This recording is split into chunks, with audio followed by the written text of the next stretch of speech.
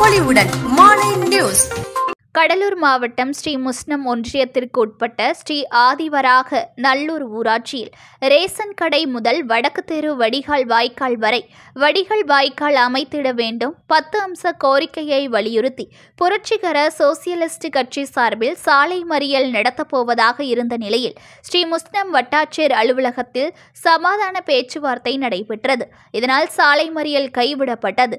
இந்த சமாதான பேச்சுவார்த்தையில் ஆதிவராக நல்லூர் ஊராட்சியில் மழைக்காலம் வரும் முன்பே இந்த கோரிக்கைகளை உடனடியாக நிறுத்தி தருவேன் என்றும் வட்டாட்சியர் தெரிவித்தார். இதனால் ஆதிவராக நல்லூர் பொதுமக்களும் அனைத்து கட்சி நண்பர்களும் அமைதியாக ஒத்துக்கொண்டு கையெழுத்து போட்டார்கள். இதில் வட்ட செயலாளர் தமிழரசன் தலைமை தாங்கினார்.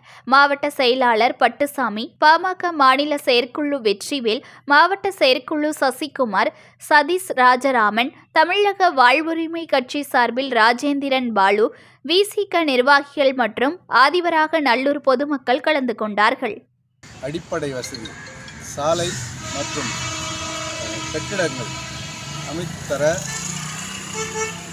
பேருந்து போக்குவரத்து வசதி வேண்டி புரட்சிகர சோசியலிஸ்ட் கட்சி மறியல் போராட்டம் நடத்துவதாக இருந்து இன்று திருமுட்டம் வட்டாட்சியர் அலுவலகத்தில் பேச்சுவார்த்தை நடைபெற்றது. பேச்சுவார்த்தையில் ஸ்ரீ ஆதிவராகநல்லூர் சாலை, குடியிருப்பு பகுதியில் இருக்கக்கூடிய சாலை உடனடியாக தற்காலிக சாலை அமைத்து நீர் தேங்காத வகையில் மழை காலத்துக்கு முன்பாக சாலை சீர் செய்து தரப்படும் என்று உத்தரவாதம் அளித்தனர்.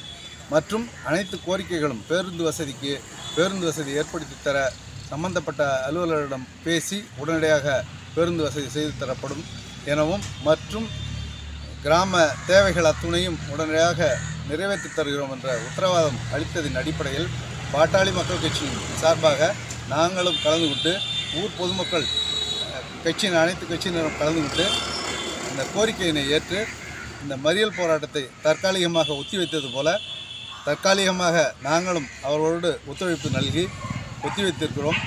இந்த கோரிக்கை விரைந்து நடவடிக்கை எடுத்து சரி செய்து தருவோம் என்று உறுதிமொழி அளித்திருக்கிறார்கள். அந்த நம்பிக்கையின் அடிப்படையில் புது பொலிவுடன் மாலை நியூஸ்.